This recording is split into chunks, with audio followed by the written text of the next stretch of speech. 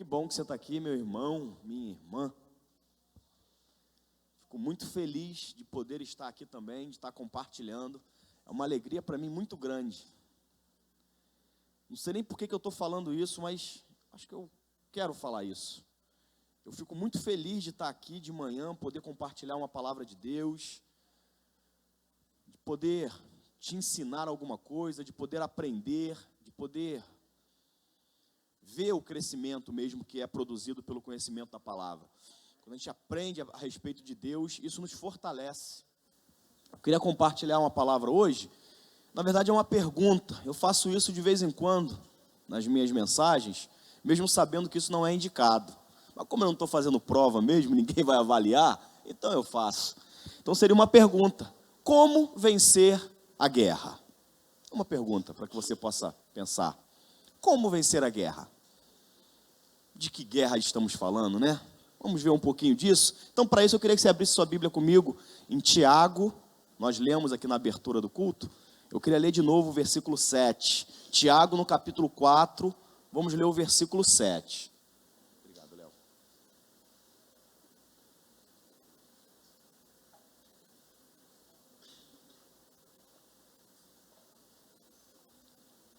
Tiago, no capítulo 4, apenas o versículo 7. Diz assim a palavra de Deus: portanto, submetam-se a Deus, resistam ao diabo, e ele fugirá de vós. Outras versões dizem: portanto, sujeitai-vos a Deus. Submeter-se, sujeitar. Vou repetir: portanto, sujeitai-vos a Deus, resistam ao diabo, e ele fugirá de vós. Amém. Senhor, fala conosco nessa manhã, através da Tua palavra, que a Tua palavra venha realmente nos alimentar e produzir em nós fé. É o que eu te peço em nome de Jesus. Amém. Aqui nesse versículo de Tiago, nós temos uma impressão, assim, quando olha um pouco rápido, de que Deus está dando para a gente duas instruções, né? Não sei se você tem essa impressão também. Ele está instruindo a gente, primeiro, a se submeter a Deus, e depois resistir ao diabo. E feito isso, essas duas instruções, logo o diabo vai fugir de nós, né, da gente, vai se afastar. Mas se a gente for começar a olhar isso com um pouquinho mais de calma, a gente começa a perceber que não são duas instruções, mas uma instrução apenas. Porque uma coisa está totalmente ligada à outra. Submeter-se a Deus é resistir ao diabo. Resistir ao diabo é submeter-se a Deus. Então, uma coisa automaticamente leva a outra. Como se de um lado tivesse Deus e do outro lado tivesse o diabo. À medida que eu vou me sujeitando, indo na direção de Deus, o que acontece com o diabo? Eu vou me afastando dele. E vice-versa. À medida que eu me entrego às ações do mal e vou em direção a ele, automaticamente eu me afasto de Deus. É uma coisa puxa a outra, uma coisa está ligada à outra. Então, não adianta a gente querer resistir ao diabo sem que antes, e observem que Tiago coloca numa ordem, tem uma sequência. Ele não fala: resistam ao diabo, submetam-se a Deus e ele fugirá, e o diabo fugirá de vós. Tem uma ordem: submetam-se a Deus. A ordem primária é: aproximem-se dele, sejam íntimos ao Senhor, submetam-se a Deus. Essa palavra submeter, se a gente fosse olhar lá como ela foi escrita no grego, é hipotasso, quer dizer escute, ou seja, escute o que Deus está falando, dê ouvidos, preste atenção, aceite, submeta-se, sujeite-se, entregue-se, rende-se, obedeça, acate ao que Deus está falando. Então, se a gente fosse pegar mesmo a tradução ao pé da letra, é: dê ouvido ao que Deus está falando, escuta o que Ele está te dizendo, dê atenção a Ele, obedeça a voz do Senhor e resista ao diabo. Resistir significa antisteme no grego, que significa indispor-se, opor-se. Então, quando ele fala resistir, é se opor. Tudo que o diabo está fazendo, está falando. Então, eu preciso estar de mãos dadas com essas duas instruções. Essa questão da autoridade, é importante frisar isso. Só faz sentido falar de autoridade quando eu entendo que eu sou autoridade sobre alguém, mas eu também estou sob ou abaixo da autoridade de outras pessoas. É muito importante dizer que nós, como igreja do Senhor, temos autoridade sobre o diabo. Amém ou não? Amém. Jesus não falou isso? A Bíblia não fala isso? Que ele seria colocado sobre os nossos pés? Eis que vos dou autoridade. Então, nós temos autoridade? Temos, mas eu preciso entender que a minha autoridade ela só será válida se eu entender que eu também estou sob a autoridade de Deus. Se a gente for olhar para o próprio Senhor Jesus, Jesus tinha autoridade, sempre teve. Todo mundo que olhava para Jesus percebia, mestre, mas também enxergava nele uma submissão ao Pai. Então, isso também fortalecia. Se a gente fosse olhar para aquele centurião romano, lembra? Quando ele chega para Jesus para pedir a cura lá do servo dele, é muito legal a forma com que ele se apresenta, porque ele fala assim, eu sei, dizendo para Jesus, eu sei que o Senhor é homem investido de autoridade, como ele também era. Ele era um centurião romano, o centurião era quem governava 100 homens, então ele tinha 100 homens sob o comando dele, e ele fala, a ordem que eu der a esses homens, eles vão acatar, se eu falar faça, eles fazem, se eu falar faça dessa outra maneira, eles farão, se eu disser não faça, eles não farão, então eles me obedecem, então eu sei que basta uma palavra minha e eles vão cumprir, da mesma forma o Senhor. Assim como eu tenho pessoas sob a minha autoridade, eu também estou sob a autoridade de alguém, e aquele centurião reconhece que Jesus era autoridade sobre ele, e mais do que isso, Jesus era autoridade sobre aquelas enfermidades, sobre aquela situação, por isso que ele disse, basta uma palavra sua, você não precisa ir lá até a minha casa, basta você falar, porque eu também, se eu der uma ordem para esses homens, basta uma palavra minha, eu não preciso ir lá conferir se foi feito, eu sei que será feito, porque a minha palavra é obedecida, então ele se submete, né? Se a gente for olhar a carreira militar, isso é muito comum, quem é militar está acostumado com isso, né?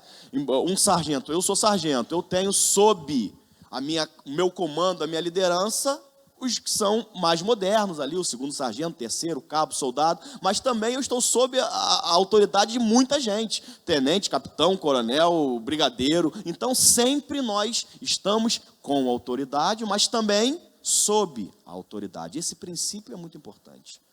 Porque não adianta eu achar que eu sou o cara que tem autoridade, que vou mandar e o diabo vai acatar, sem que antes eu entenda que eu estou sob a autoridade de Deus. Entendem isso? Como uma coisa está muito ligada. E a minha intenção nessa manhã é justamente essa. Você pode abrir a sua Bíblia comigo em 2 Crônicas, que eu vou falar agora qual é a minha intenção nessa mensagem. 2 Crônicas, no capítulo 32. Abre comigo. Vamos ler 22 versículos. Não durma. Senão eu vou pedir, por exemplo, todo mundo ficar de pé. Porque em pé é mais difícil o cara dormir em pé, ele cai. A gente lê em pé, igual antigamente. Antigamente as igrejas mais tradicionais liam como uma questão de reverência, né? Na mentalidade de antigamente, isso tinha uma reverência. Então as pessoas faziam isso, mas a minha intenção aqui é mais para você não dormir. Ou não, ou tu consegue ler aí, com essa luz penumbra sentado nesse banco. Consegue? Então tá bom, então te lê sentado. Você disse que consegue, hein? Qual é a minha ideia? Deixa aberto aí a minha ideia. Como a gente está falando dessa questão de como vencer a guerra, que é uma pergunta, como vencer a guerra? O que eu vou fazer? Eu vou pegar esse texto, que é um texto do Velho Testamento, é um texto muito conhecido, e nós vamos ver uma luta que, é claro, salvo as proporções, uma vez que aquela luta do Velho Testamento era uma luta literal, era homens contra homens, eram povos contra povos, nações contra nações, eram guerras literais. Então, nós vamos observar essas guerras e ver um paralelo na questão espiritual, porque hoje nós sabemos que a nossa luta não é contra carne nem sangue, ou seja, não é natural, não é contra pessoas, mas é contra principados e potestades. Então nossa luta ela é uma luta espiritual. Então é no contexto espiritual que nós vamos estar avaliando, lendo esse texto agora que vocês abriram. Mas antes, em Romanos 15:4, não precisa abrir, Paulo fala algo muito legal. Ele fala assim, tudo o que foi escrito no passado foi escrito para nos ensinar, de forma que por meio da perseverança, do bom ânimo, nós pudéssemos proceder de acordo com as Escrituras, mantendo a nossa esperança. Então tem um objetivo dessas histórias estarem sendo escritas. Quando eu vou olhar para a história secular, ela tem um objetivo. Quando eu vejo lá a Guerra do Riachuelo, que foi uma guerra que o Brasil participou, que a Marinha do Brasil lá obteve êxito. Se eu for olhar aquela guerra, eu vou aprender lições. Vou ver erros que eu não devo cometer, vou ver estratégias que eu devo repetir. Quando eu olho para a Primeira Guerra, para a Segunda Guerra Mundial, eu aprendo lições, coisas que eu não posso fazer para que eu não venha cometer uma nova Terceira Guerra Mundial. Enfim, eu aprendo lições quando eu olho para a história.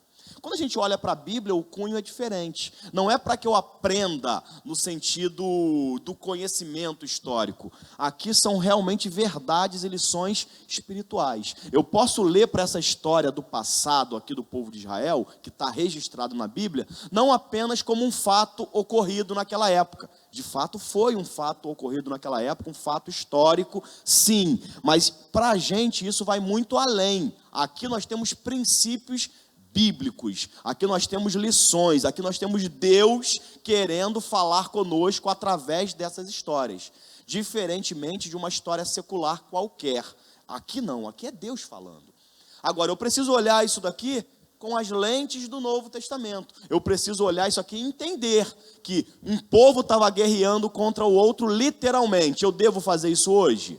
Claro que não. Hoje a minha luta não é contra pessoas. Quando eu estou sendo atribulado, por exemplo, no meu trabalho, não é contra o meu chefe, contra o meu amigo de trabalho que eu tenho que guerrear, mas contra o que está por trás dele, o que está fazendo ou motivando aquela pessoa a agir daquela maneira. Aí eu sei que eu começo a entrar no campo espiritual. Então, enquanto aquela pessoa está me perseguindo, eu não a persigo. O que eu faço?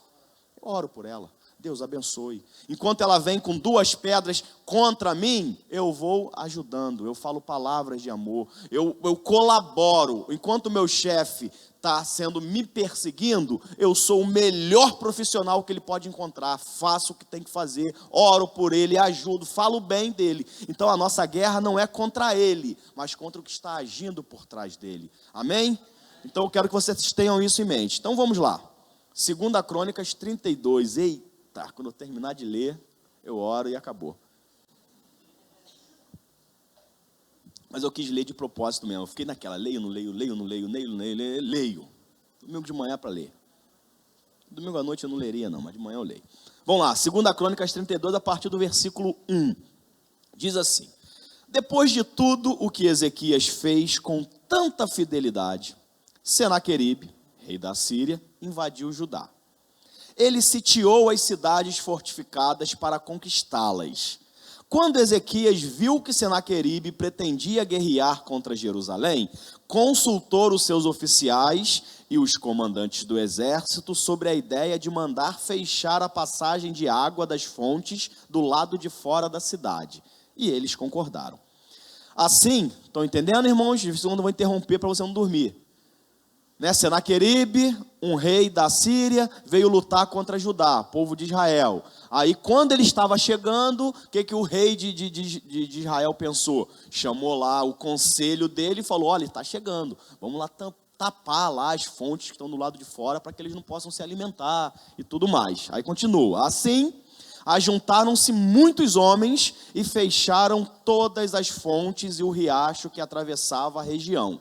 Eles diziam: por que deixar que os reis da Síria venham e encontrem toda essa água? Depois, com grande empenho, consertou todos os trechos quebrados do muro e construiu torres sobre ele. Construiu outro muro do lado de fora do primeiro e reforçou os muros com arrimo da cidade de Davi. E mandou fazer também muitas lanças e muitos escudos. Nomeou sobre o povo oficiais militares e o reuniu na praça, junto à porta da cidade, animando-os com estas palavras: sejam fortes e corajosos, não tenham medo, nem se desanimem por causa do rei da Síria e do enorme exército que está com ele, pois conosco está um poder maior do que o que está com ele. Com ele está somente o poder humano, mas conosco está o Senhor, o nosso Deus, para nos ajudar e para travar as nossas batalhas. E o povo ganhou confiança com o que Ezequias disse, o rei de Judá. Mais tarde, quando Senaqueribe, rei da Síria, e todas as suas forças estavam sitiando Laques, mandou oficiais a Jerusalém com a seguinte mensagem a Ezequias e a todo o povo de Judá que morava lá. Assim diz Senaqueribe, rei da Síria, em que vocês baseiam a sua confiança para permanecerem cercados em Jerusalém? Quando Ezequias diz, o Senhor, o nosso Deus, nos salvará das mãos do rei da Síria, ele o está enganando, para deixá-los morrer de fome e de sede. Mas não foi o próprio Ezequias que retirou os altares desses deuses, dizendo a Judá e a Jerusalém: vocês devem adorar diante de um só altar e sobre ele queimar incenso? Vocês não sabem o que eu e os meus antepassados fizemos a todos os povos dessa terra? Acaso alguma vez os deuses daquelas nações conseguiram livrar as minhas mãos da terra deles? De todos os deuses das nações que os meus antepassados destruíram, qual deles conseguiu salvar o seu povo de mim? Como então o Deus de vocês poderá livrá-los da minha mão? Estão entendendo, irmão? Isso foi uma afronta que o rei fez para eles. O que vocês estão se garantindo? Por que vocês estão animadinhos? Por acaso as outras nações que eu destruí não tinham deuses como vocês? Por acaso as outras nações também não tinham a fé que vocês dizem que têm? E por acaso o Deus deles conseguiu livrá-los da minha mão? Por que vocês estão achando que o Deus de vocês vai conseguir? Senaqueribe está pegando o Deus Todo-Poderoso, Criador dos céus e da terra, e colocando no mesmo patamar que aqueles deuses feitos lá por mãos de homens. Ele está rebaixando o nosso Deus. Então ele está afrontando o povo para quê? Para desencorajar. Lembra que antes nós lemos que Ezequias encorajou o povo, dizendo, olha só, eles vêm contra nós com forças humanas, nós vamos contra ele em nome do Senhor. Então Ezequias encorajou o povo, agora está vindo Senaqueribe para desencorajar. Enquanto a palavra do Senhor nos anime, nos levanta, as situações muitas das vezes querem nos destruir. Mas depois a gente vai lá, vamos continuar. Portanto, não deixe Ezequias enganá-los ou iludi-los dessa maneira. Não acreditem nele, pois nenhum Deus de qualquer nação ou reino jamais conseguiu livrar o seu povo das minhas mãos ou das mãos dos meus antepassados. Muito menos o Deus de vocês conseguirá livrá-los das minhas mãos. Os oficiais de Senaqueribe desafiaram ainda mais a Deus, ao Senhor e ao seu servo Ezequias. Senaqueribe também escreveu cartas, insultando o Senhor, o Deus de Israel, e o desafiando. Assim como os deuses dos povos das outras terras não livraram o povo dele das minhas mãos, também o Deus de Ezequias não livrará o seu povo das minhas mãos. Então os oficiais gritaram na língua dos judeus ao povo de Jerusalém que estava sobre o muro para assustá-los e amedrontá-los, com o intuito de conquistarem a cidade. Referiram-se ao Deus de Jerusalém como falavam dos deuses dos outros povos da terra, que não passam de obras das mãos de homens. Por tudo isso, o rei Ezequias e o profeta Isaías, filho de Amós, clamaram em oração aos céus. E o Senhor enviou um anjo que matou todos os homens em combate e todos os líderes e oficiais do acampamento do rei assírio, de forma que este se retirou envergonhados para sua terra. E certo dia, ao adentrar o templo do seu Deus, alguns dos seus filhos o mataram à espada. Assim o Senhor salvou Ezequias e o povo de Jerusalém das mãos de Senaqueribe, rei da Síria, e das mãos de todos os outros, e cuidou deles em todas as suas fronteiras. Eita, que coisa maravilhosa, hein, irmão? Não sei se tu conseguiu sentir tudo que esse texto tem, mas ele é maravilhoso demais. Eu sei que uma leitura rápida a gente não consegue perceber muitas coisas, mas aqui tem muita coisa legal. Aqui tem muita coisa. Vamos lá, vamos ver algumas delas. Ficou claro uma coisa aqui. nesse texto geral, que maior é o que está em nós do que o que está no mundo. Isso foi uma coisa que ficou muito clara. Esse texto, esse versículo que eu falei, maior que está em nós, é Novo Testamento. Maior o que está em nós do que o que está no mundo. Mas na forma natural, o próprio Ezequias declara, olha só, o número do exército deles é muito grande. Era muito maior do que o que Israel tinha. Tanto era muito maior que Ezequias nem se atreveu a ir guerrear. O que Ezequias fez? Eles têm a muralha, ele pegou todo o seu povo, todo o seu exército e ficou dentro da muralha. Eles não saíram para guerrear, porque eles sabiam que o número de pessoas que estavam do lado de fora era muito maior e que eles não davam, não ganhariam em força. Então eles entraram. Qual foi a estratégia de Senaqueribe? Sitiar a cidade. Igual a gente vê em filmes aí épicos, ficaram em volta da cidade com o exército e não deixavam o povo sair. Se eu não saio da cidade, mais cedo ou mais tarde, o que vai acontecer? Acaba a água, acaba a comida, acaba tudo, e o povo lá dentro não tendo com o que se alimentar, o desespero vem, o teu filho chorando de fome, não tem o que fazer, o próprio povo se entrega. Tipo, já vou morrer aqui dentro de qualquer jeito, morrer aqui ou morrer lá. Então o povo mesmo se entrega, o rei ganha a guerra sem precisar levantar a espada nenhuma vez. Então era uma estratégia militar muito comum naquela época, fazer esse sítio. Senaqueribe, ele reconhece, olha só, não dá para mim, eu não tenho o que fazer, eu não tenho como guerrear contra eles. Uma vez que eu não tenho como fazer isso de forma natural, o que Ezequias faz? Começa a procurar meios espirituais, começa a procurar ajuda em Deus. Então o que eu quero com esse texto é justamente verificar as medidas que Ezequias tomou, que fizeram toda a diferença, para que no final ele pudesse vencer aquele exército gigantesco. É importante saber ainda, antes de eu começar a falar isso, é importante saber que provavelmente Senaqueribe seria o primeiro imperador mundial que já existiu nessa terra. Até então, a Síria estava crescendo, estava ganhando muitas batalhas. Se ele ganha aquele povo ali, que estava no centro do mundo ali, Jerusalém ali, se ele ganha aquele povo ali, ele provavelmente ia ser o que Nabucodonosor foi em seguida. Depois da Síria, o império que surgiu foi a Babilônia. Nabucodonosor veio a se tornar o imperador mundial. Ele mandou no mundo inteiro, qualquer lugar que você fosse, quem mandava era Nabucodonosor. Provavelmente, o primeiro homem que seria assim, seria Senaqueribe, se ele não tivesse caído ali. O problema de Senaqueribe foi que ele bateu de frente com o próprio Deus. Então, aquela guerra contra Ezequias fez com que aquele homem deixasse de ser o imperador mundial. Ou seja, diante de Deus, foi frustrado ali, aqueles planos ali dele. Aí eu queria agora então, que você começasse a gravar comigo a primeira medida, e a partir daqui a gente começa a mensagem mesmo. A primeira medida que Ezequias fez para que ele pudesse obter êxito no final lá da sua empreitada.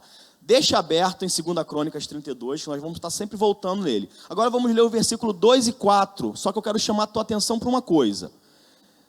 Que depois que Ezequias veio em direção a Judá, Ezequias tomou a primeira medida que fez com que ele obtivesse vitória, que foi tirar qualquer coisa que fortalecesse e alimentasse o seu inimigo. Deixa eu repetir. Ele tirou qualquer coisa que viesse a fortalecer e a alimentar o seu inimigo. Entenderam? Se queremos obter êxito nessa guerra, como vencer a guerra? Está aqui a pergunta, como? Tire tudo que alimenta o seu inimigo. Como que eu quero vencer alguém se eu estou dando alimento para ele? Se eu estou fortalecendo a ele? Como eu vou vencer a minha carne se eu alimento ela todo dia? Se todo dia eu estou satisfazendo os desejos dela, se todo dia, se eu tenho problema com pornografia, como que eu vou vencer isso se eu me ponho em situação, se eu estou me boicotando? Eu me ponho em situações de que vai favorecer aquela prática. Se eu sou namorado e estou transando com a minha namorada antes de casar, logo estou pecando, estou errado diante de Deus. Como que eu vou vencer essa prática se eu quero namorar sozinho no escuro, sem ninguém perto? Tu acha que vai conseguir? Quem já é casado aí, já namorou, acha que esse jovem vai conseguir? Porque o jovem está achando que vai. Não vai conseguir. Você está se boicotando. Por quê? Você está fortalecendo o teu inimigo. Tu está dando oportunidades e meios para que ele cresça.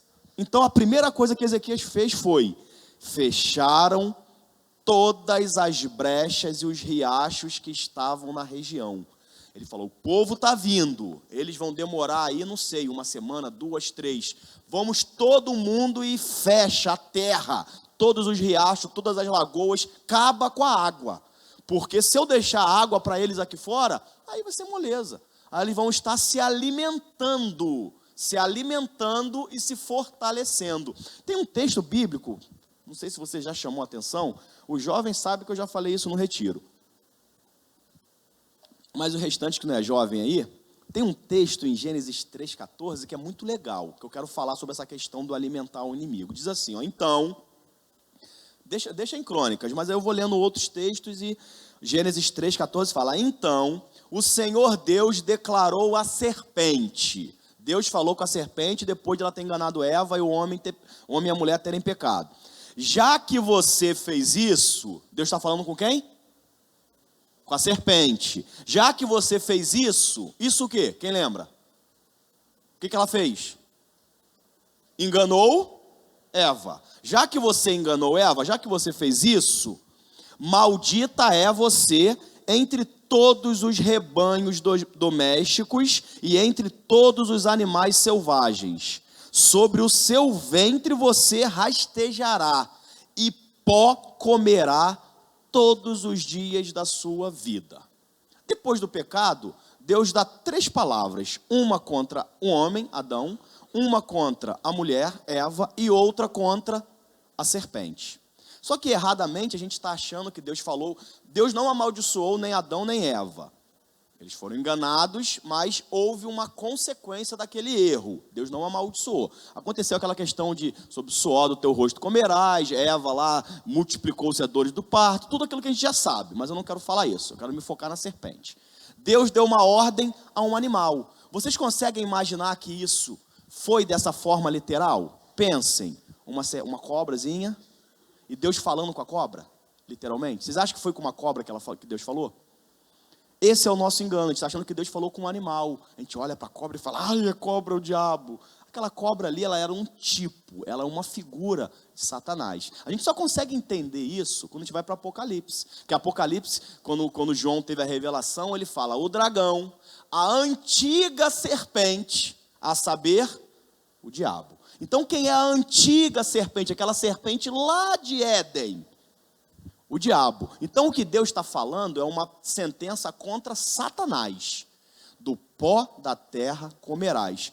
Até porque, irmão, quem já viu cobra comendo pó de terra? Alguém já viu? A cobra cheia de fome, aí ela vai para o pó da terra e fica lambendo o pó da terra lá, e agora eu estou com a barriga cheia. Alguém já viu isso? O que cobra se alimenta? Roedores, né? Até da gente se demole para ela.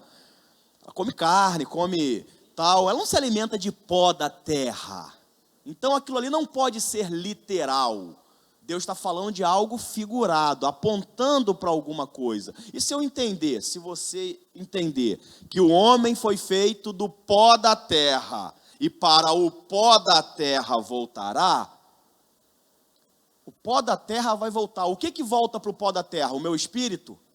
Não, porque o espírito, nesse mesmo versículo, fala que o espírito vai para Deus, o espírito vai para Deus e a carne volta para o pó da terra. Ou seja, do que Deus está falando? O que é o pó da terra? É a minha e a sua carne. Quando ele fala para a serpente, que não é serpente, né? É o que mesmo? Quando ele fala para o diabo, do pó da terra comerás, ou seja, o seu alimento vai ser o pó da terra, ele está falando, você vai se alimentar da carnalidade deles. Entende? Então é da carnalidade minha e sua que Satanás se alimenta. Esse é o pó da terra que a semente se alimentaria. Então, quando eu e você damos lugar para a carne, nós estamos alimentando diabo. Não foi isso que Ezequias fez. A primeira coisa que ele fez foi tapar os riachos, tapar as águas, tirar a fonte de alimento para que o rei da Síria, Senaqueribe, não se alimentasse. É muito comum a gente falar de textos que são famosos e são muito abençoados e temos que falar mesmo. Como, por exemplo, Gálatas 5, que a gente fala lá sobre os frutos do Espírito. Né? A gente prega sobre isso, eu prego sobre isso e devemos pregar sobre isso sempre. Que é amor, paz, longanimidade, alegria, bondade, benignidade, temperança, domínio próprio. Falta 2. Mansidão. 1. Fé. Falou fé? Fé. Então, isso é muito bom. Temos que nos fortalecer isso. Mas no mesmo versículo 5, capítulo 5 de Gênesis, antes de falar dos frutos do Espírito, ele lista o quê? Quem lembra? As obras da carne. Assim como o Espírito frutifica, a carne também frutifica. Só que os frutos da carne, quem se alimenta dele? O diabo. A serpente, a antiga serpente. Esse é o pó da terra que ela se alimentaria. E eu queria ler, não vou comentar, impossível. Um dia eu tenho uma mensagem que eu estou preparando sobre essa questão dos frutos da carne, com um paralelo com o fruto do Espírito. Mas hoje só quero citar mesmo, para contextualizar aqui. Lá em Gálatas 5, se não quiser abrir, não precisa, pode deixar aí em Crônicas, se quiser. Mas no versículo 16 e o versículo 21 diz assim, ó, por isso digo, vivam pelo Espírito, temos que viver pelo Espírito, e de modo nenhum satisfarão. Legal que ele bota aqui o verbo no futuro. Ó, de modo nenhum satisfarão. Que às vezes hoje você está falando, não é a minha realidade. Mas Paulo está falando para mim, para você hoje mesmo. E na verdade o ideal é falar agora que não é a nossa realidade. Olha só, vivam do Espírito, continuem a viver, não satisfarão. No futuro não venha a agradar a carne de vocês, porque fazendo assim, vocês vão alimentar o inimigo. Fazendo assim, a cobra, a antiga serpente, terá com o que se fortalecer. Não está dizendo assim não, mas o contexto é esse. Aqui está dizendo assim, ó, não satisfarão os desejos da carne, pois a carne deseja o que é contrário ao Espírito. E o Espírito, o que é contrário à carne. Não adianta, não casa. É aquele exemplo do sujeitai-vos a Deus e resistir ao diabo. Quando eu faço um, automaticamente o outro vai ficando de lado. Quando eu fortaleço o espírito, a carne vai se enfraquecendo. Não dá para eu fazer os dois ao mesmo tempo. Eles estarão em conflito um com o outro, de modo que vocês não fazem o que desejam. Mas se vocês são guiados pelo Espírito, não estão debaixo da lei. Ora, as obras da carne são manifestas. E são imoralidade sexual. Isso aí é um prato cheio, é uma picanha com a gordurinha do lado, mal passada para a serpente. Essa daqui. Impureza e libertinagem, idolatria e feitiçaria. É muito legal que a gente fala assim, idolatria e feitiçaria. Oh, sou crente. Crente não vai idolatrar, não usa feitiçaria. A Bíblia fala que quem ama o dinheiro, aquele que é avarento, ele é um idólatra. A Bíblia fala que se você der uma palavra contra o teu irmão, você pode vir a ofendê-lo, a matá-lo. Você se torna um feiticeiro quando você fala para o teu irmão que ele é louco, que ele é isso, que ele é aquilo, que ele é aquilo outro. Então, às vezes, a gente está sendo feiticeiro, idólatra e nem se dá conta. Quando a gente é avarento, quando a gente está brigando, está dando palavras contra o nosso irmão, mas não vou entrar nesse detalhe agora. Só para que você tenha isso em mente. Ódio, discórdia, ciúme, ira, egoísmo, dissensões, facções, inveja, embriaguez, orgias e outras coisas semelhantes. Eu vos advirto, como antes já os adverti, que os que praticam essas coisas não herdarão o reino dos céus. Isso é forte demais. Não vai herdar o reino dos céus quem pratica essas coisas. Então, está alimentando o Satanás, está alimentando o diabo. Esse é um cuidado que nós temos que tomar. Amém? Ficou claro isso daí? Agora, só não alimentar o diabo é o suficiente para que a gente vença a guerra? Não, Ezequias não se limitou a isso. Ele foi além. Além de não alimentar o diabo, ele fortaleceu os seus muros. Vamos lá. 2 Crônicas 32, do versículo 5. Olha o que fala, ó. Depois que ele entulhou tudo lá, depois que ele fechou, tirou todo o alimento do seu inimigo, depois, com grande empenho, eu acho legal isso, ele se empenhou, ele se dedicou àquilo, com grande empenho, o que ele fez? Consertou todos os trechos quebrados do muro. Então o que ele fez? Consertou todos os trechos quebrados do muro.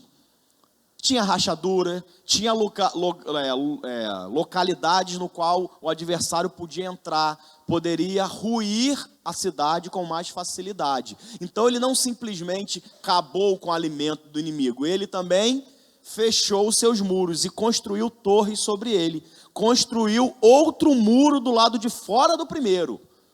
Então tinha um muro aqui, o que Ezequias fez? Construiu um outro muro do lado de fora. Porque aí se o adversário quebrasse o primeiro muro, ainda tinha um segundo para ele quebrar. Ou seja, começou a blindar a própria vida dele. E reforçou os muros de arrimo.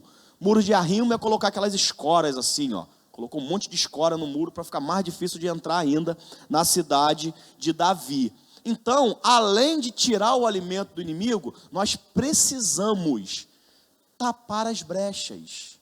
É o que Paulo fala na Santa Ceia. Examina-se, pois, o homem a si mesmo. Para quê?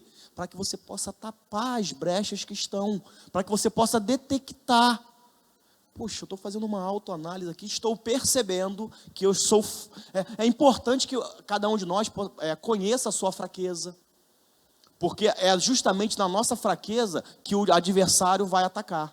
Ele não vai atacar o muro no lugar que ele está forte. Ele vai atacar o muro no lugar que ele está rachado, trincado. Ele faz uma sondagem antes de onde é o local mais frágil. E é no local mais frágil que ele ataca. Então nós também precisamos saber aonde é o local mais frágil, justamente para fortalecer aquele local. Tem um texto, você não precisa abrir, de Jó, logo no capítulo 1, no versículo 10, que é muito interessante, muito. Fala assim, ó: porventura, aquele diálogo de Deus com Satanás a respeito da vida de Jó. Eu não vou entrar nesses detalhes, mas tem uma parte que eu quero destacar. Ele fala assim, ó: Satanás, depois que Deus fala, vixe, meu servo Jó, homem temente a Deus, que se desvia do mal, íntegro. Aí Satanás vai e quer dar uma fisgada em Deus. Como que Satanás fala? Assim é mole. Porventura, tu não cercastes de sebe a ele e a sua casa e a tudo quanto ele tem? Entenderam o que Satanás falou? Talvez se vocês entenderam o que significa sebe. Alguém sabe o que é sebe? Sebe. Tony não. Sebe, alguém sabe o que é? Pode falar, se souber. Chuta. Sebe significa muro. Então, em outras palavras, Satanás está dizendo assim, ó: assim é mole, ser íntegro, ser temente a Deus, desviar do mal, assim é mole. Você, Deus, tem cercado ele, a casa dele e tudo que ele tem com um muro. É fácil, eu não consigo entrar, uma vez que eu não entro, ele fica lá no bem bom. Assim é fácil. Só que a gente começa a perceber, nesse texto aqui, isso fica muito claro, a gente começa a perceber que Satanás, de fato, não pode tocar na nossa vida. Eu ia ler no Novo Testamento inúmeros versículos que falam isso. Eu acho que eu cheguei até a separar alguns aqui.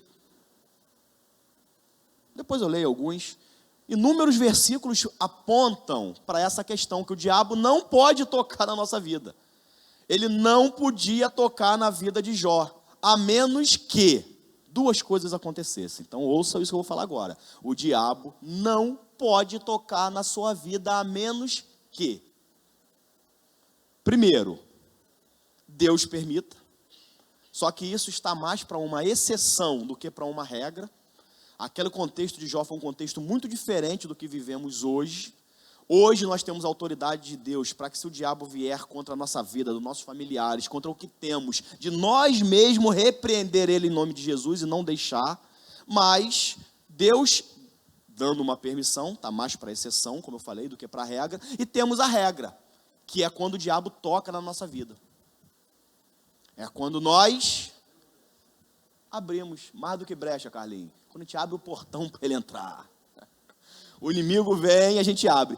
Por fora, o diabo não consegue entrar. Mais do que isso, o diabo não pode entrar. Lembra o que Pedro e Tiago falam? Que o adversário está ao nosso derredor. Como? Bramando como um leão. Gritando. Buscando o quê? Quem lembra agora? A quem? Devagar, antes do tragar. A quem? Possa. Buscando a quem possa tragar. Ele não pode pegar em qualquer um. Ele não está lá e vou pegar. Não é assim que funciona, não. Ele vê quem ele pode. Fala assim, comigo ele não pode. Isso. Amém.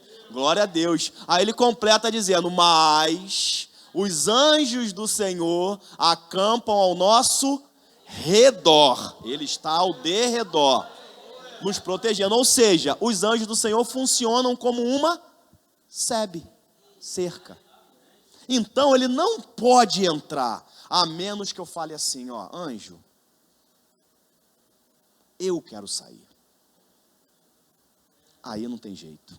Uma vez que eu, por dentro, libero a entrada, nada pode ser feito. Por fora ele não pode, mas por dentro eu posso liberar. Então, o que Ezequias fez? Eu não vou liberar a entrada dele por dentro. Por fora eu sei que está protegido. Por fora eu sei que ele não vai entrar. Mas por dentro eu também não vou deixar. Então nós não podemos abrir essas brechas. Nós não podemos. O diabo não consegue abrir brecha. Agora nós conseguimos. Então o que Ezequias fez foi justamente isso. E lá na história de Jó a gente vê uma sequência.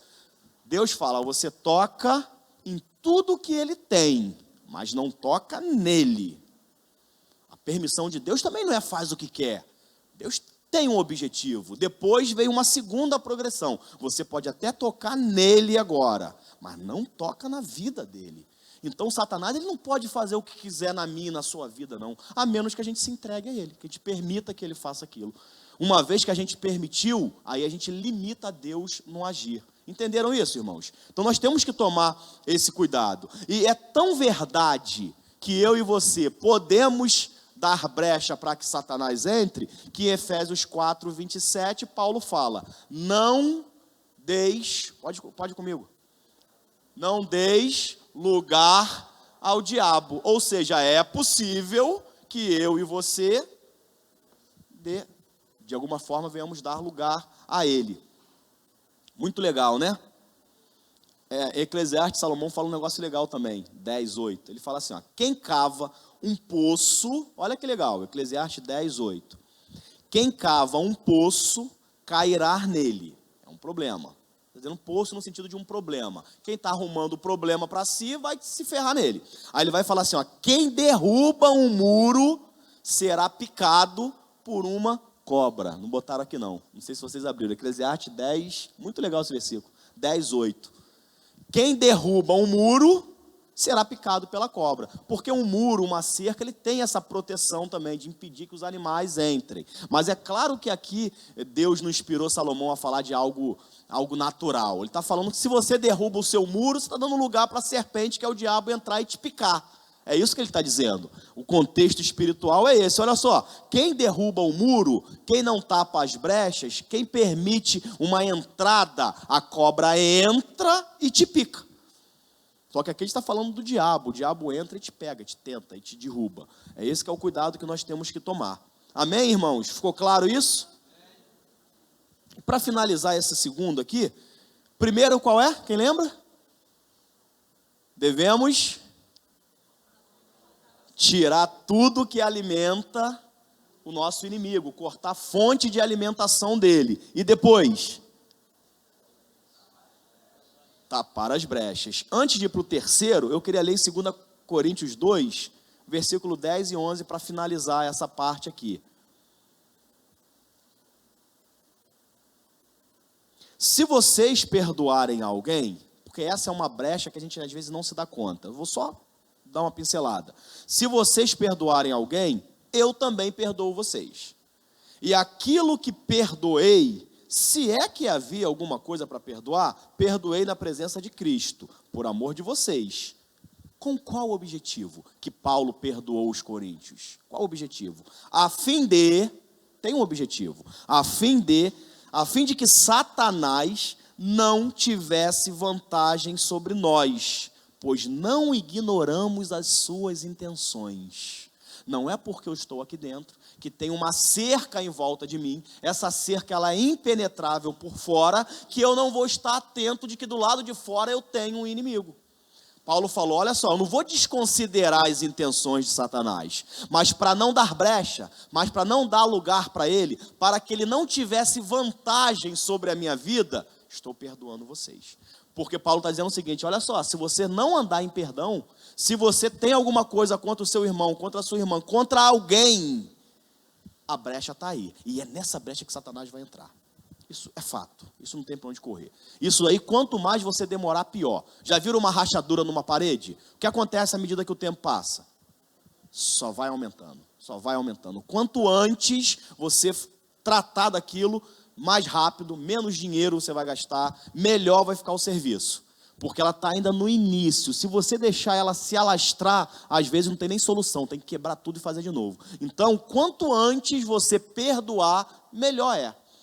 Ah, mas quem fez foi ele. Problema, a Bíblia não fala quem fez. A Bíblia fala que você tem que perdoar. Paulo ainda é muito radical. Ele fala, vós que sois espirituais. Você que é espiritual tem que perdoar. Às vezes a gente está brigado com o irmão que nem crente é. O irmão físico, né? Pai, vizinho, nem crente é, está esperando que ele seja tocado por Deus. Você que tem que ser, pô. É você que tem que mostrar para ele o que é o amor cristão. Você que tem que perdoar. É você que tem que chegar até a pessoa e tirar. E outra coisa com relação a perdão. Cuidado com o que está aqui dentro. Cuidado com o que a gente faz. Com a motivação com que a gente faz as coisas. Deixa eu falar melhor. Às vezes no trabalho, às vezes em casa, às vezes a gente quer fazer alguma coisa, quer impedir, quer proibir, quer brigar, quer fazer, quer falar, mas a motivação aqui dentro é uma motivação de ira, é uma motivação de raiva, é uma motivação de querer de alguma forma mostrar para o outro quem manda, ou mostrar alguma coisa para A ou B. Às vezes você faz até o certo, mas a tua motivação está errada. Às vezes tu fala, caramba, eu tenho que fazer isso, aí você faz, mas com a motivação errada. Então cuidado com o que está no seu coração, cuidado com o que está motivando. Isso é uma palavra que eu dou até para líderes, aqui da igreja. Às vezes o líder, para fazer alguma coisa, para falar um não para um liderado, vê o que está te motivando a falar aquele não. É porque você quer mostrar que você é o líder, quem manda é você, ou porque você está preocupado com aquela pessoa para que ela cresça, para que ela se desenvolva, e aquele não é importante para o crescimento dela. Você quer mostrar que quem manda é você para o outro líder, às vezes um líder com outro. Estou falando uma briga de titãs. Às vezes é um líder para o outro, um quer mostrar para o outro quem manda mais.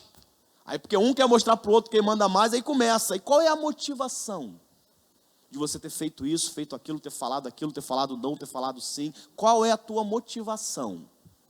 Tudo está aqui. Às vezes você até fez o certo, mas a tua motivação está errada. Porque aqui dentro, você está com raiva do outro, por ter feito, falado, agido daquela maneira. Então, pensar sempre no que é maior. Quem está acima de mim? Deus. Então vou pensar no reino, vou pensar na obra, vou pensar na igreja. Isso aqui às vezes não é bom para mim, às vezes não é bom para o meu ministério em si, mas é melhor para o reino de Deus, então eu vou ceder isso. Eu estou dizendo isso por causa dessa questão do não dar lugar para o diabo, que às vezes a gente rui na igreja, está ruindo porque é fruto da carne, é dissensão, é facção.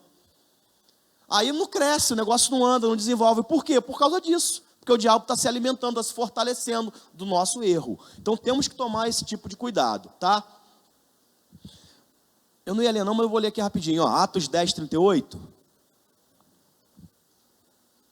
É muito legal essa questão de que, é um texto clássico, né? Como Deus ungiu a Jesus de Nazaré com Espírito Santo e poder, e como ele andou por todas as partes, fazendo o bem e curando a todos os oprimidos do diabo, porque Deus estava com ele. Jesus veio desfazendo, salvando, libertando todos os oprimidos do diabo. 1 João 3 fala que aquele que pratica o pecado é do diabo, porque o diabo vem pecando desde o princípio. Para isso, o Filho de Deus se manifestou. Para isso o que, João? Para desfazer, para destruir as obras do diabo. Então nós temos que ter em mente, eu não posso alimentar. Jesus veio para destruir as obras do diabo. Eu vou ficar alimentando ele? Eu vou ficar dando brecha? Eu vou ficar abrindo a porta para que ele entre? Então esse é o cuidado que nós temos que tomar. Beleza. Tapar fontes, fechar brechas. Versículo 32 ainda, a segunda parte, a parte B do versículo. Diz que, e Ezequias, depois de construir os muros, fechar as brechas, ele construiu torres. Parece uma coisa... Você sabe para que se construía torres nos muros, naquela época?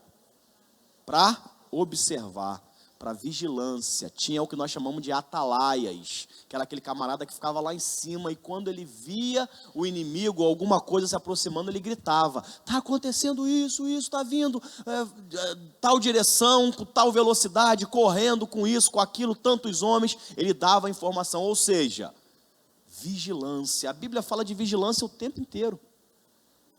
O tempo inteiro. O próprio Senhor Jesus fala: vigiai, continue, e orai. Aí ele diz o porquê, tem um objetivo. Tu vai estar lá em cima vigiando para quê? Orando para quê? Continue o versículo. Para não cair em tentação. Isso é muito legal. Vigiai e orai para não cair em tentação. Jesus, ele faz algo... Foi até o Tony que chamou minha atenção para isso. Eu nunca tinha prestado atenção nesse foco. Chamou minha atenção para isso uma vez. A orientação de Jesus, vigiai e orai, é para que a gente nem entre em tentação. Você não entendeu o que eu quis dizer. Jesus não está dizendo, olha só, você está sendo tentado, então fique atento. Ele está falando, vamos nos precaver. Antes mesmo da gente ser tentado, vamos vigiar e orar para que a gente nem entre nessa situação. O que Deus está dizendo, o que Jesus está dizendo é, não vamos correr o risco não. Vai que, ao ser tentado você caia, ao ser tentado você ceda. Então vamos nos prevenir. Antes mesmo de entrarmos em tentação, vamos orar e vigiar. Orar e vigiar para que você nem entre nesse estado. Então isso é uma realidade. Em Isaías 62:6 tem um versículo muito legal, fala assim, ó, coloquei, olha o que Isaías fala, eu coloquei atalaias, vigias, em seus muros, ó Jerusalém, jamais descansarão. Esses atalaias aqui é uma profecia, aqui Deus está falando da questão espiritual, Ele está falando no reino espiritual existem atalaias, existem vigias, ó Jerusalém. Jerusalém sempre aponta para a igreja, para mim, para você, para o povo de Deus.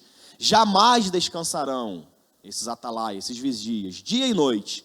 Vocês que chamam pelo Senhor. Quero ler aqui. Senhor, sobre as suas muralhas, ó Jerusalém, pus guardas, que jamais se calarão, nem de dia nem de noite. Vocês que farão com que o Senhor se lembre, não descansem. É aquilo ali mesmo, deixa eu ler nessa versão aqui, essa parte final. Vocês que chamam pelo Senhor, não se entreguem ao repouso. Ali disse, não descansem. Ele está dizendo, ó, vocês que chamam pelo Senhor, eu já tenho atalaias, eu já tenho pessoas, vigias, que vão estar dia e noite vigiando com vocês. Agora, vocês que chamam pelo seu nome, pelo meu nome, não se entreguem ao repouso. O que isso quer dizer? Vigiem, fique alerta, fique atento, não subestime, não fique achando que você vai vencer sem essa perseverança, sem essa vigilância. Ele está falando, toma cuidado. Esse é o contexto aqui que ele está falando. E no próprio Pai Nosso, lembra da oração do Pai Nosso? Tem uma parte na oração do Pai Nosso que é muito legal. Pai nosso que estás no céu, santificado seja o teu nome, venha a nós o teu reino, seja feita a tua vontade aqui na terra como é no céu, pão nosso de cada dia nos dai hoje, perdoai as nossas dívidas assim como perdoamos aqueles que nos devem. Não nos deixe cair em tentação, agora que eu quero. Mas livra-nos do mal. Para aí. A NVI, a Nova Versão Internacional, traduz esse texto de uma forma que eu acho interessante. Porque quando a gente fala assim, mas livra-nos do mal, a gente pensa no mal como sendo uma ação, né? Livra-nos do mal, de alguma coisa ruim. Dá essa impressão. Mas no original, essa palavra mal, ela vai além de uma ação, mas ela é um agente. A NVI já traduz assim. Ela bota, mas livrai-nos do maligno. Aí a gente consegue entender melhor que não é uma ação, mas é um agente. Então a oração de Jesus é: me livra desse camarada, me livra desse maligno que está tentando tragar contra a minha vida através da tentação. Esse maligno que me tenta. Por isso que ele fala: não me deixe cair em tentação, me livra desse tentador, me livra desse cara, me livra desse homem, desse ser que tenta tragar a minha vida. Então essa é a oração que Jesus nos ensina a fazer, a estarmos nesse tipo, nesse grau de vigilância. Caramba, pulou aqui o texto. Amém, irmãos? Comigo até aqui? É muito legal isso, né? Aqui, é isso aqui mesmo. Isso que eu vou pular. Glória a Deus. Então vamos para a quarta medida. Fechar as fontes que alimentam o maligno, alimenta o mal, alimenta Satanás. O que mais? Não dar brechas, construir torres, para que a gente possa vigiar. Quarta e penúltima, vou falar rápido essa. Quarta e penúltima, prepare-se para a guerra. Isso é muito legal. Você vai ver Ezequias falando isso, ó. Olha o que Ezequias fala, em 2 Crônicas 32, ainda no versículo 5, agora a parte C. E fez armas e escudos em abundância. Então ele tapou a água para não alimentar o inimigo, tapou as brechas no muro, construiu torres para vigiar a posição do mal, e depois ele vai e manda construir armas. Eu não vou lá guerrear, mas eu vou construir as armas e vou ficar aqui dentro. Se ele entrar, eu não tenho opção, eu vou lutar. E essa questão do não ir guerrear, isso é um princípio bíblico do Novo Testamento. Deus não manda a gente sair para guerrear com o mal. O que a Bíblia manda? Resistir. O que é resistir? Não é ir lutar. Resistir é ficar firme. Eu já dei esse exemplo uma vez há muito tempo atrás. Alguém aqui já brincou? Os homens de antigamente, eu sei que de antigamente não, os homens recentes, talvez os adolescentes não mais, eu acho. Uma brincadeira chamada de carniça. Já brincaram disso, não? Nome feio, né? Para as meninas aí que provavelmente não brincaram disso, a brincadeira bruta, brincou de carniça? Dentre tantas coisas, eu bato, todo mundo bate, lembra? Eu bato, ninguém bate. Bateu, você vem para carniça agora. A carniça é o seguinte: você fazia uma roda, a carniça, que era a pessoa, tinha que ficar abaixado na roda assim, ó. Aí o cara que mandava tá aqui, ó. Eu bato, todo mundo bate. Aí todo mundo, e o cara tinha que ficar valente, né? O homem tem essas bobeiras aí. Tá chorando? O homem tinha esse negócio, né? A menina não tem, mas o homem tem. Eu bato, ninguém bate. Aí se alguém batesse, trocava de lugar. Eu bato, ninguém ameaça. Se alguém ameaçasse, porque o último também que batesse ia. Tinha umas regras assim. Aí dentre as coisas que tinha, pular por cima e tal, dentre as coisas, tinha uma que era o tronco. O tronco era uma das mais legais. O tronco, o camarada, a carniça, ficava dentro da roda, aqui, e segurava aqui no braço. Aí os que estavam de fora tinham que vir, pegavam uma distância, vinha correndo e fazia assim, no cara. Se o cara que está aqui dentro saísse daquela roda, ele perdeu, ele continuava. Se o cara que está aqui dentro resistisse, e o que viesse daqui batesse nele, não conseguisse tirar ele da roda, o cara que não conseguiu, entrava. E assim ia indo. Essa era a brincadeira da carniça. Por que eu falo isso? Porque o resistir é mais ou menos isso. O resistir é eu estar aqui dentro, firme, e vem. E quando o cara vem, você segura. Resistir não é você sair e lutar com o cara. Quem vem lutar é ele. A Bíblia diz exatamente isso. Não sou eu e você que temos que criar estratégias de como eu vou lá lutar, combater com o diabo. Como que eu vou lá? Qual é? Aí eu vou acordar de madrugada, vou começar a andar nos trechos das ruas, nas encruzilhadas, para ver a minha estratégia contra o mal. A Bíblia não fala isso. A Bíblia não fala. Tem orações que às vezes vão até para o extremo, né? Que Deus me dê olhos como chama de fogo, que me dê uma palavra que saia como tal, a fim de que eu possa guerrear contra o mal, e eu saio, aquela coisa toda que parece mais esses animes aí né, sana, do que a guerra de Deus, a guerra espiritual é de resistência. Quer ver? Esse eu queria que você abrisse comigo. Efésios 6, a partir do versículo 10, para a gente poder concluir essa mensagem.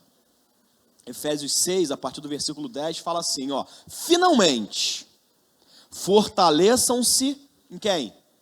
No Senhor e na força do seu poder. De quem é o poder? De quem é a força? De Deus. Aí ele fala, vistam. Quem vai vestir? Quem veste? Nós vestimos. Eu é que tenho que vestir. Não adianta que não vai ser Deus que vai fazer. Deus nos dá a força, mas quem veste-se dela somos nós. Vistam o quê? A armadura, agora presta atenção. Vistam a armadura de quem? A armadura é dele. A armadura não é minha. É como se fosse um consignado, uma cautela, como se alguém estivesse te emprestando algo, está sob a sua responsabilidade, você pode usar, usufruir, mas não é seu. Então a armadura, ela é de Deus. Aí nós estamos vestindo a armadura dele com um objetivo. Qual é o objetivo? Para ficar firme. Vem. Esse é o objetivo, ficar firme. Não é vistam a armadura, porque assim, é um pouco até estranho. Quando você lê esse texto, vistam a armadura, você mesmo já poderia completar. Vistam a armadura para ir guerrear. É um pouco óbvio isso, mas não é isso que Paulo fala, ele foge do óbvio. Vistam a armadura para ficar, para não sair, para ficar firme. Foi o que Ezequias fez.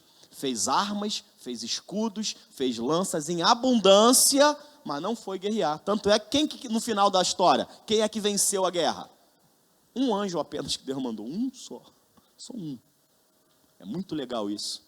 Um único anjo foi o suficiente para destruir todo aquele exército. Às vezes a gente fica falando, o diabo está furioso, tem anjos, tem demônios. A Bíblia fala que quando houve a rebelião no céu, Lúcifer foi lançado para a terra, para o abismo, juntamente com ele foi seduzido.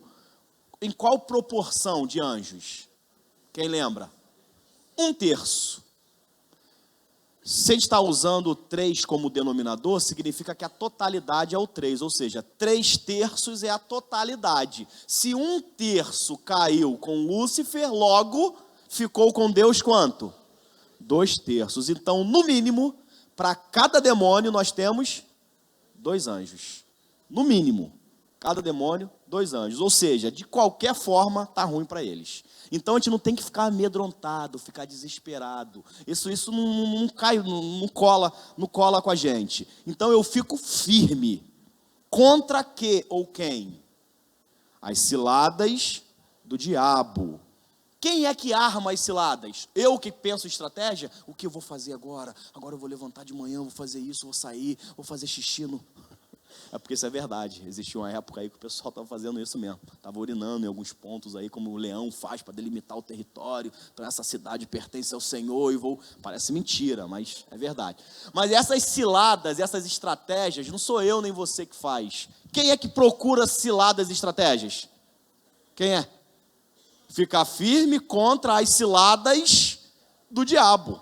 É ele que arruma um jeito, é ele que faz as estratégias dele. Pois a nossa luta não é contra pessoas, mas contra poderes e autoridades, contra os dominadores desse mundo de trevas, contra as forças espirituais do mal nas regiões celestiais. Está claro contra quem a gente luta.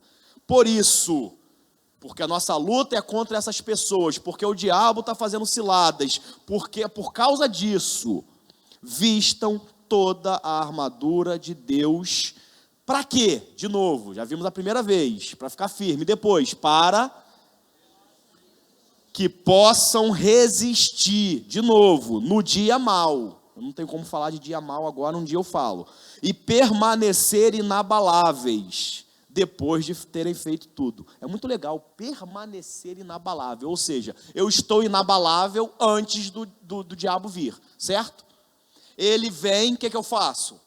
Resisto. Resistir, o que a Bíblia fala? Resistir ao diabo e ele foge de vós. Então eu estou inabalável, ele vem, eu resisto, ele foge de mim e eu continuo inabalável. É isso que Paulo está dizendo.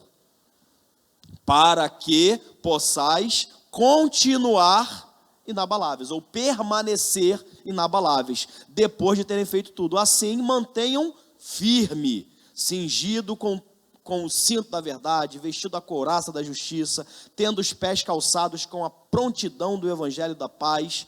Além disso, usem o escudo da fé, com o qual vocês poderão apagar todas as setas inflamadas do maligno. Usem o capacete da salvação e a espada do Espírito, que é a palavra de Deus. Orem no Espírito em todas as ocasiões, com todas as orações e súplicas, tendo isso em mente. Estejam atentos e perseverem na oração por todos os santos. Gente, isso aqui é tão rico que eu não vou nem falar nada. De tão rico que ele é. Eu vou para o último. Então, depois de nós termos, só recapitular aqui. Depois de nós termos tirado tudo que alimenta o inimigo, o que nós fizemos depois? Fechei as brechas e depois construir torres, vigilância, oração. Depois, construir ou peguei armas, resistir ao diabo, ou seja, me vestir da armadura de Deus. Que eu não falei, mas não detalhei, mas você já sabe. E por fim, eu fortaleço a minha fé. Agora sim, irmão, o diabo não está se alimentando, não tem brechas para ele entrar. Eu estou vigilante. Estou vestindo a armadura de Deus, salvação, escudo da fé, estou com tudo ali.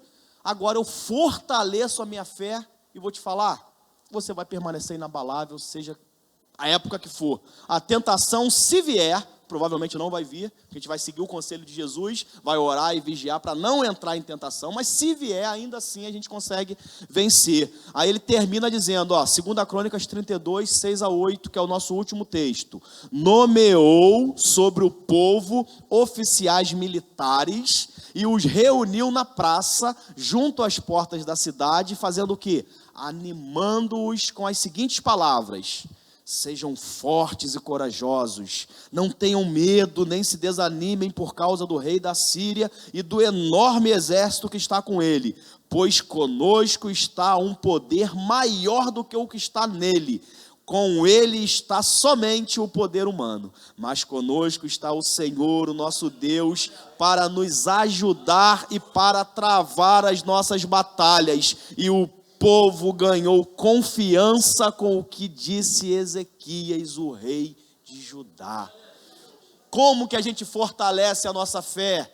Como que a fé vem? Ouvindo a palavra de Deus. Ela é fortalecida quando a gente está em contato com essa palavra, quando a gente fala o que ela diz, para que nós mesmos possamos ouvir: o Senhor é comigo, tudo eu posso nele, ele me fortalece, Deus me dá graça, a tua armadura está sobre mim, me ajude a resistir, a vencer, me ajude a perdoar, me ajude a tolerar, me ajude a continuar. Deus, não quero desanimar, Deus me cura, Senhor, tu estás comigo. É assim que a gente vai fortalecendo a nossa fé. E uma vez ela fortalecida, irmão, cumpre-se o que disse Jesus: tudo é possível. Amém. Glória a Deus. Vamos ficar de pé, vamos orar. Senhor, em nome de Jesus, meu Pai, que o Senhor venha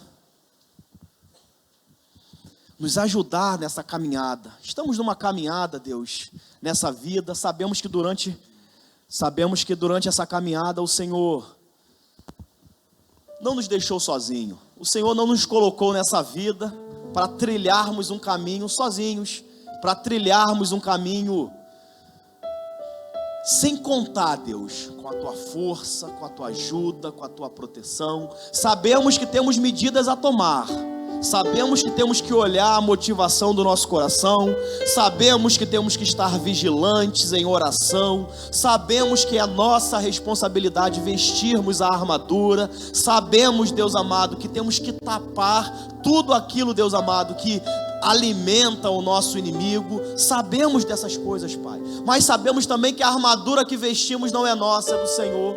Oh Deus, sabemos também, Pai, que a força não vem de nós, mas vem de Ti. Sabemos também, Deus, que não dá para a gente fazer essas coisas sozinhos, Senhor.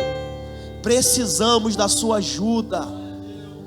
Oh Deus, sabemos que a nossa vida está cercada, Deus, por anjos, que nós não possamos, que nós não venhamos a ceder por dentro. Eu preciso aprender um pouco. Que o meu irmão venha se manter firme, Deus. Eu preciso Que o meu irmão venha chegar até o fim. Que o meu irmão venha dizer: combati o bom combate, terminei a carreira, guardei a fé. Que o meu irmão não venha no meio do caminho desanimar, desistir, Senhor. Oh Pai, glória a Deus. Vamos louvar o Senhor por cima. Eu preciso aprender mais de Deus, porque Ele é quem cuida de mim. Deus cuida de mim. Deus cuida de mim na sombra. Deus cuida de mim. Eu amo a tua casa e não ando sozinho. Não estou sozinho, pois eu sei, Deus cuida de mim. Deus cuida de mim na sombra das asas. Deus cuida de mim. Eu amo a tua casa e não ando sozinho. Não estou sozinho, pois sei, e não ando sozinho. Não estou sozinho, pois sei, e não ando sozinho. Não estou sozinho, pois sei, Deus cuida de mim.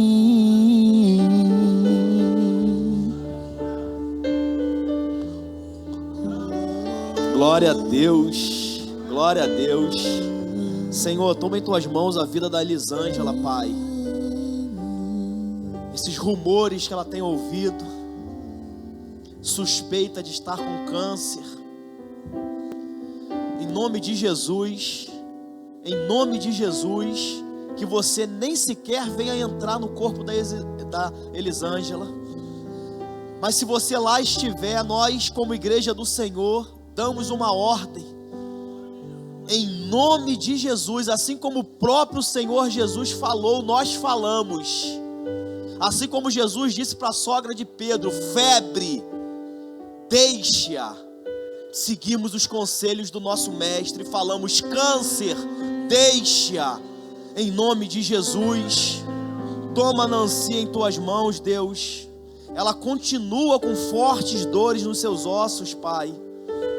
Oramos por ela, Deus, há uma semana atrás, e ela ainda continua sendo atacada por isso. Em nome de Jesus, que essas dores venham cessar, que essa fase difícil, que esse ataque, que essas setas, Deus, que essa tentativa do mal de tentar entrar na cerca da Nancy, que a Nancy venha tapar as brechas, venha se fortalecer no Senhor, colocar o escudo da fé, a couraça da justiça, a a espada do Espírito e resistir firme na fé, a fim de que Satanás venha fugir. Toma, Deus, abre porta de empregos para o Samuel, para o William. Toma em tuas mãos a vida desses homens. E a tua igreja, Deus, fortaleça-nos em ti. Em nome de Jesus. Amém. Glória a Deus. Irmãos, pode sentar só um minuto. Eu vou dar aqui alguns avisos bem rápido. Os irmãos do dízimo, das ofertas, já podem vir aqui à frente. Você que esteve conosco até agora, que Deus te abençoe. Que você possa estar tomando essas medidas como um propósito na sua vida, a fim de que possa te auxiliar a resistir e a vencer no dia mau. Amém? Que Deus te abençoe.